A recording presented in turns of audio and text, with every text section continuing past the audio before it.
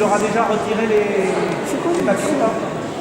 Cet ennui, je ne sais pas si je l'ai dit, mais cet ennui répété et profond, c'est lui qui va générer des choses qui ne sont pas bonnes pour nos animaux,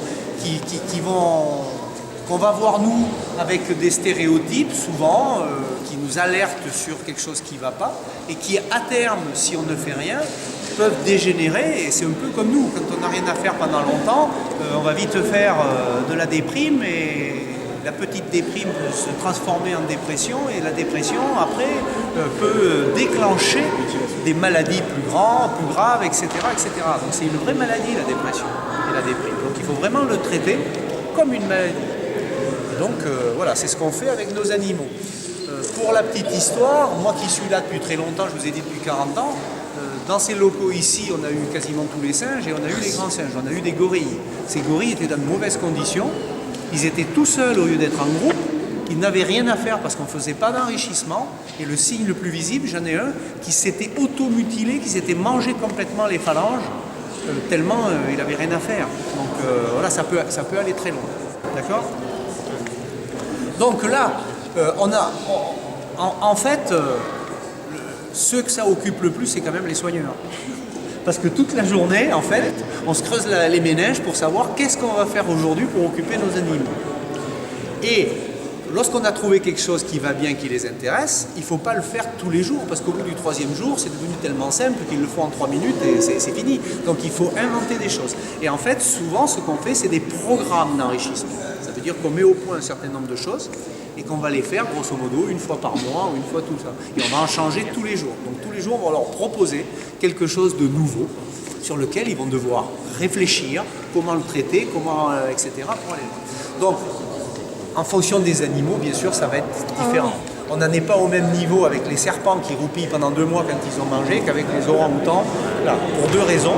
Première, c'est que ils ne vivent pas pareil et dans la nature, ils ne font pas les mêmes choses. Mais aussi que notre degré de sensibilité par rapport au mal-être de l'animal n'est pas le même. Et donc les premiers sur lesquels on est intervenu, c'est bien les primates en général, et notamment les grands singes. Pourquoi?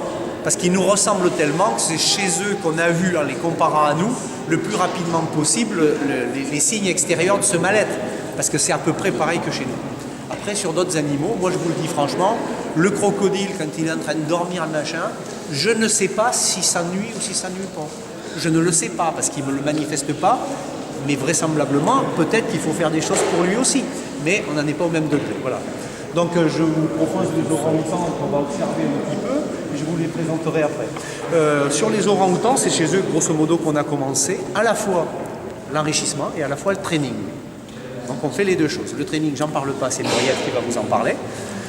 Parce qu'on fait du training pour le soigneur, pour l'aider à gérer au quotidien, mais on fait du training aussi pour que le vétérinaire soit plus à même de pouvoir faire ses interventions. On appelle ça du training médical. Donc ça va jusqu'à apprendre au singe à venir donner sa main pour se faire des prises de sang, pour qu'on n'ait pas besoin de l'endormir pour ça.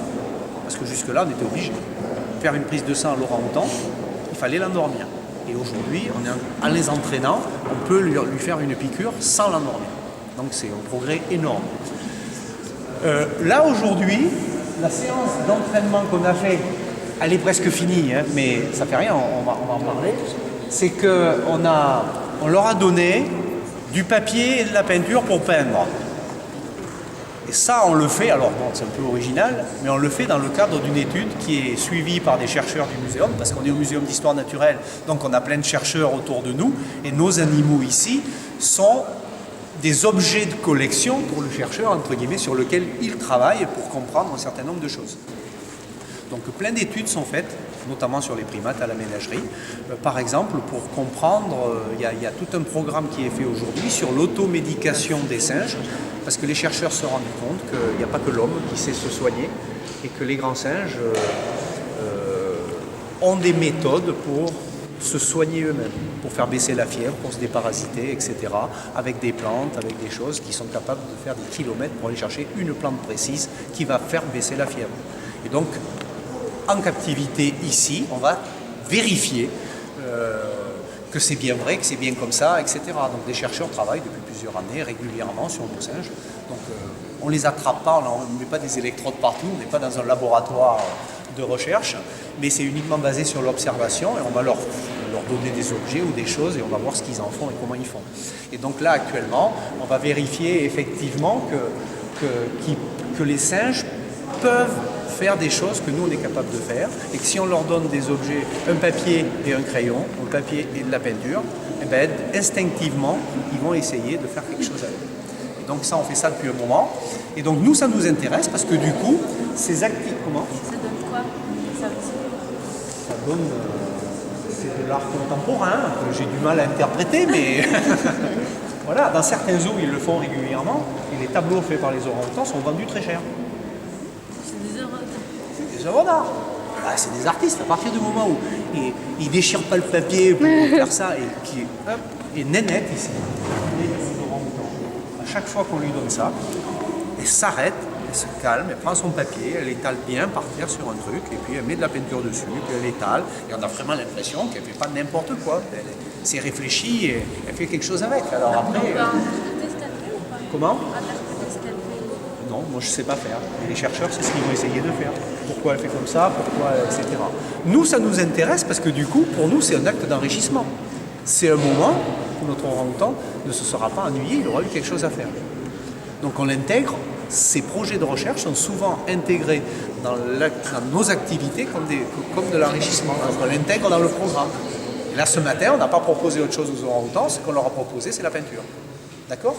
En sortant, vous regarderez sur la gauche, il y a un panneau explicatif où on explique justement le phénomène de l'enrichissement. Et on donne quelques exemples d'objets, de choses. Un dernier exemple, dans la cage de droite, là, à gauche du poteau, là, il y a une espèce de petit tonneau qu'on a fabriqué en ciment. En fait, ce qu'on a voulu faire, c'est une termitière. Donc ça ressemble pas trop à une termitière, mais c'est comme ça. C'est nous qui l'avons fabriqué. Il fallait que ce soit très solide. Donc en fait, c'est une bouteille de gaz qu'on a coupée et qu'on a enrobée avec du ciment autour et qui peut s'ouvrir par le dessus et qu'on peut refermer avec des boulons pour que l'orang-outan ne puisse pas le défaire. Et en fait, on a fait l'équivalent d'une termitière, c'est-à-dire qu'on a accès à l'intérieur uniquement par des petits trous, comme une termitière dans la nature. Et on sait que dans la nature, les grands singes passent du temps pour essayer d'aller chercher des termites. Et qu'ils utilisent donc des outils pour ça, parce qu'ils ne peuvent pas le faire autrement. Donc ils fabriquent des outils. Donc ils vont prendre une branche, mais c'est pas, on ne prend pas une branche et le machin.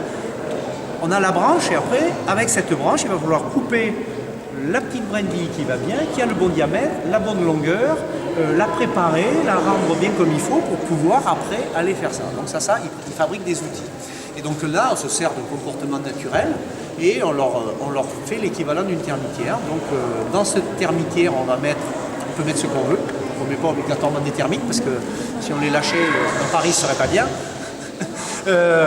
Mais on va leur mettre un peu de miel, on va préparer une petite bouillie avec du lait et du chocolat ou des choses comme ça, en toute petite quantité pour que ça n'influe pas négativement sur leur ration alimentaire, mais pour lequel ils vont mettre beaucoup de temps pour manger. Donc pour manger une cuillère de miel chacun, ils sont capables d'y passer 2 heures, parce qu'ils vont juste pouvoir tremper une brindille dedans. Donc ça, on va le faire une fois par semaine, une fois tous les 15 jours, justement, que ça reste quelque chose de nouveau, qui leur plaise beaucoup. Donc voilà 2 exemples que je vous cite. En sortant, vous regarderez là-bas. Je vais m'arrêter là pour aujourd'hui, parce que vous avez beaucoup de questions certainement, vous avez préparé vos questionnaires, et donc je suis à vous. On cessera longtemps.